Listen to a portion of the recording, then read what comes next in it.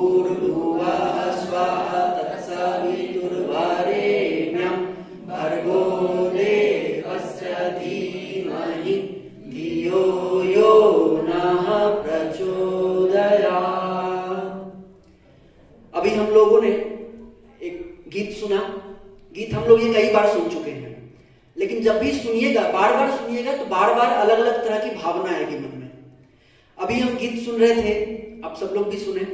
अब देखिए, इसमें हमने देखा कि सब लोग अपने अपने क्षेत्र में देश को प्रगति करने के लिए लगे हुए हैं। चाहे हमने देखा कि कुछ साइंटिस्ट थे जो कुछ परीक्षण कर रहे थे, या हमारे खिलाड़ी थे, वो लोग भी अपना काम कर रहे थे। तो सब लोग देश में, हमारे देश को आगे बढ़ाने के लिए लगे हुए हैं। हम लोग पीछे न रह जाएं। हम लोग, जो आप लोग हैं, हम हैं, और भी जो युवा हैं पूरे देश भर में, हम लोग अपने काम में पीछे न रह जाएं। चाहे हम लोग जो भी काम कर रहे हो, चाहे हम लोग कंपटीशन का तैयारी कर रहे हो, या कुछ हमारे जैसे कृष्णा हैं जो 7-8 में पढ़ रहे हो, हम सब लोग जो भी काम करें, ये सोच के करें कि हम अपने देश को ऊंचा उठाने के लिए ये काम कर रहे हैं।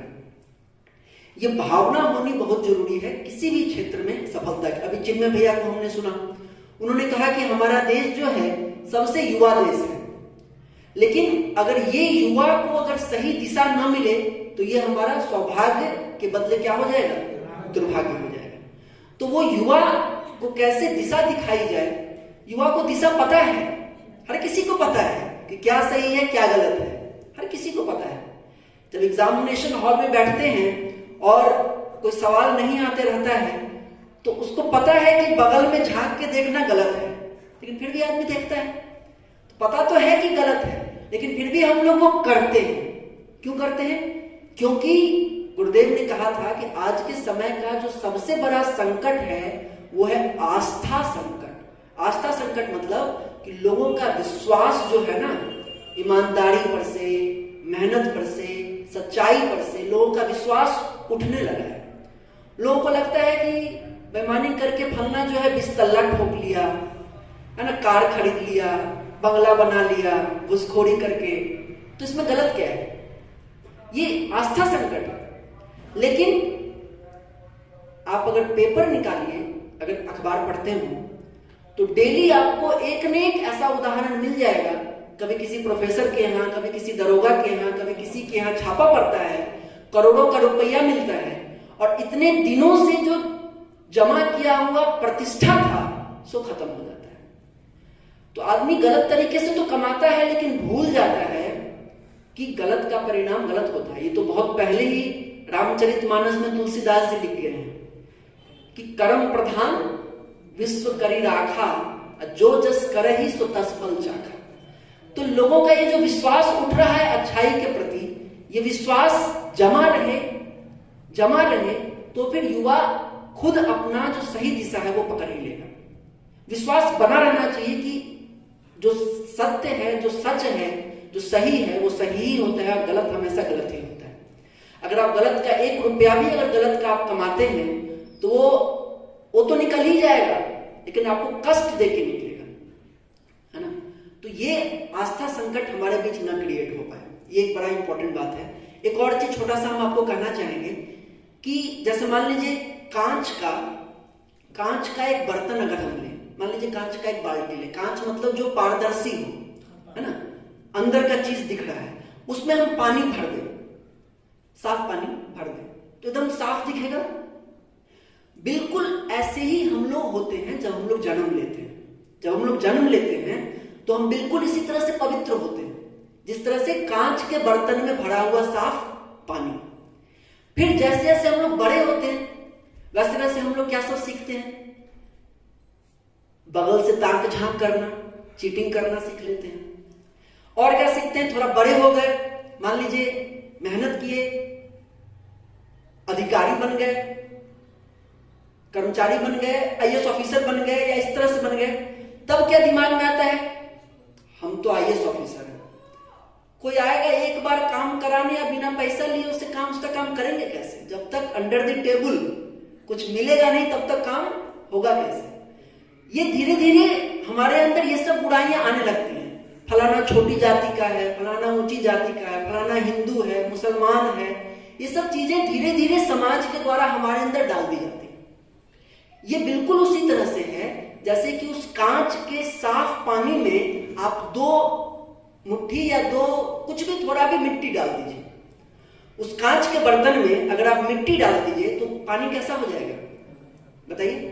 गंदा हो जाएगा। उसी तरह से हम लोग जैसे जैसे बड़े होते हैं वैसे वैसे हमारे अंदर गंदगी आते जाती है। अब अगर वापस उस पानी को साफ करना है तो क्या करना होगा? जो तरीका उस पानी को साफ करने का है वही तरीका अपने आप को वापस, जैसा हम बचपन में थे बिल्कुल निर्मल, ना हम ये सोचते थे कि इसके साथ खेलें कि ना खेलें, ना तो हमारे अंदर कोई बुराई थी, ना तो हम हिंदू समझते थे, मुसलमान समझते थे, ना तो छोटी जात समझते थे, ऊंची जात समझते थे। वैसा हम वापस कैसे बने? इसका तरीका बिल्कुल वही है कि कैसे उस कांच के बर्तन जो गंदा हो गया पानी का उसको साफ किया जाए। तो हम आपसे पूछना चाहेंगे कि उस कांच के बर्तन में पानी में जो 2 मुट्ठियां मिट्टी डाल दी गंदा हो, उसको साफ करने का उपाय बताइए। उसको साफ करने का उपाय पता चल जाएगा तो अपने आप को भी जो गंदगी भरी हुई है उसको भी साफ करने का उपाय पता चल जाएगा। तो इसका जवाब हम चाह रहे हैं कि आप बताइए कि उस पानी को कैसे साफ किया जाए। कोई भी आदमी सोचिए, बताइए। हाँ बताइए दीपक जी। उस पानी को साफ करने के लिए क्या करना होगा कि हम अच्छा पानी लाएंगे, जो पहले शुद्ध पानी था, ठीक वही पानी लाएंगे, उसको उसमें डालेंगे। ठीक है। जब तक डालते रहेंगे तब तक कि उसमें की गंदगी बाहर ना आ जाए। मतलब कि अगर आप उसमें पानी डालेंगे तो वो तो गंदा पानी में मिक्स होता जाएगा, तो मिलता जाएगा। तो जवाब आपका 50% सही है ना? लेकिन इसमें थोड़ा सा बात समझिए कि जैसे उसमें है ऑलरेडी गंदा, आप उसमें ऊपर से साफ पानी डालें, है ना? साफ पानी डालेंगे तो गंदा है तो गंदा तो रहेगा, है कि नहीं? गंदगी तो रहेगी। जब तक डालते रहेंगे तो बाहर निकल जाएगा। हाँ देखिए, तो इनका जवाब आप समझिए, इनका जवाब 50% सही है, 100% हम बताएंगे आपको, लेकिन इनका जवाब से लिंक कीजिए। इन्होंने क्या कहा कि उस बर्तन में जो गंदगी आ गई उसको साफ करने के लिए उसमें कुछ अच्छा पानी डालिए। तो यहाँ पे संडे को जो हम लोग आते हैं वही करते हैं ना, हम लोग संडे को यहाँ आते हैं, कुछ अच्छी अच्छी बातें सुनते हैं, अपने अंदर डालते हैं, है ना? लेकिन उससे गंदगी गंदला रहेगा। आपका कहना सही है, बट 50% सही है। लेकिन कहना ये सही है कि हाँ, अगर अपने अंदर अच्छाइयों को डालें तो हमारे अंदर भी जो गंदगी है वो कम होगी, जरूर कम होगी। पहले अगर बहुत गंदा था, उस साफ पानी डालेंगे तो कंसंट्रेशन जो गंदा का है वो कमेगा। इसका एग्जैक्ट जो जवाब है, आप क्या कीजिए कि किसी नल में एक पाइप लगाइए। आप समझिएगा बात, नल में एक पाइप लगा दिए, ठीक है? और उस पाइप का जो दूसरा एंड है, एक एंड तो लग गया नल में, एक छोर नल में लग गया, दूसरे एंड को उस बर्तन के, जो कांच का बर्तन है उसके नीचे डालें, बर्तन के बेस मतलब ऊपर से लगा के बेस पे डाला अंदर में, और पाइप को फुल आप खोल दीजिए, कंप्लीट खोल दीजिए, है ना? कंप्लीट खोलने से क्या होगा कि जब फोर्स से पानी आएगा उस बर्तन के निचले तल पे, फोर्स से पानी आएगा तो पानी जब ओवरफ्लो होगा, फोर्स से पानी आएगा नीचे से, ओवरफ्लो जब होगा, भर गया पूरा बाल्टी, ओवरफ्लो होगा, तब तक ओवरफ्लो होगा जब तक धीरे धीरे गंदगी उसकी धीरे धीरे निकलती चली जाएगी। नीचे से पानी फोर्स से लगातार आ रहा है, ऐसा नहीं कि हम 2 मग डाल दिए, 3 मग डाल दिए, कंटिन्यू आ रहा है, लगातार आ रहा है और नीचे बेस पे जा रहा है। तो पानी भर के जब ओवरफ्लो होगा तो गंदगी सारी निकलेगी, तब तक उस नल को चलाते रहेंगे जब तक कि पूरी गंदगी निकल ना जाए और हमारा कांच जो है फिर से वैसा प्योर ना हो जाए। ये तरीका है। बात सही था आपका, लेकिन उसमें क्या है कि कंटिन्यू करना पड़ेगा, ये नहीं कि वही बात समझिए। अब हम संडे को यहाँ आ जाते हैं, एक दिन आए, खूब सारा अच्छा विचार ले लिए, फिर 6 दिन उसी समाज में रहना है, फिर तो वही आ रहा है, डेली व्हाट्सएप पे आ रहा है, डेली यहाँ पे आ रहा है, दोस्तों से आ रहा है, निगेटिव विचार आ रहा है, अरे इतना में ज्यादा यहाँ करप्शन है, किसी का तो सिलेक्शन होता ही नहीं है, सब सेट है, होता है ना, सब तो सेट है, दरोगा का बाहर निकला 500 सीट है, अरे 400 सीट तो सेट है। निगेटिव विचार। तो उपाय क्या है? नल से आप अपना, जैसे उस कांच के बर्तन का कनेक्शन किससे जोड़ना होगा? नल से। वैसे ही हम लोगों को अपना कनेक्शन किसी ऐसी चीज से जोड़ना होगा जिससे कि कंटिन्यूअस हमको अच्छे विचार मिले। और वो चीज क्या है? वो चीज है कोई गुरु, कोई ऐसा गुरु जिसके संपर्क में जब आप रहें तो उनके माध्यम से आपके अंदर प्रतिदिन अच्छे विचार आए। स्वाध्याय, प्रतिदिन आप कुछ अच्छी पुस्तकों को 5 मिनट 10 मिनट पढ़े, प्रतिदिन पढ़े। एक दिन सिर्फ यहां आने से कुछ नहीं होगा। एक दिन आप आए, आपको ढेर सारा हम माथा में डाल दिए, दिमाग में डाल दिए, चिन्मय भैया डाल दिए, मनीष भैया डाल दिए, नीतीश जी डाल दिए, सब डाल दिए, फिर 6 दिन वही। प्रतिदिन करना होगा। प्रतिदिन आप 5 मिनट 10 मिनट पढ़िए, अच्छी पुस्तकों को पढ़िए, स्वाध्याय कीजिए, कुछ गायत्री मंत्र कीजिए। प्रतिदिन जब वो विचार आपके अंदर आएंगे तो धीरे धीरे करते करते आप क्रॉस क्वेश्चन करेंगे। जब भी आपके कान में कोई बात डालेगा ये सेट है, सब सेटिंग होता है, आप कहिएगा सेटिंग होता है, ठीक है, एक सीट तो होगा, एक सीट तो होगा जिसमें फेयर होता होगा काम। उस एक सीट के लिए हम मेहनत करेंगे। जब भी कोई भी निगेटिव विचार आएगा आप उसको क्रॉस क्वेश्चन कीजिएगा।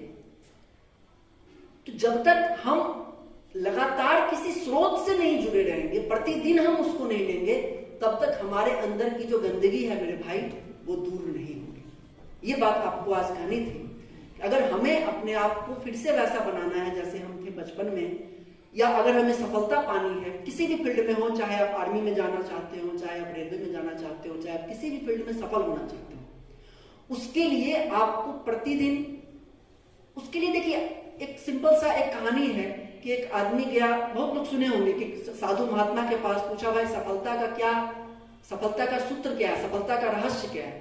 तो 2-3 दिन तो टाले साधु महात्मा, हम सुनाए भी थे एक बार यहाँ पे युवा प्रकोष्ठ, 2-3 दिन साधु महात्मा टाले, बोले कि अच्छा बताएंगे, आज बताएंगे, कल बताएंगे। लेकिन बेचारा बोला कि अब नहीं बताइएगा तो आपका कमंडल लेके भाग जाएंगे।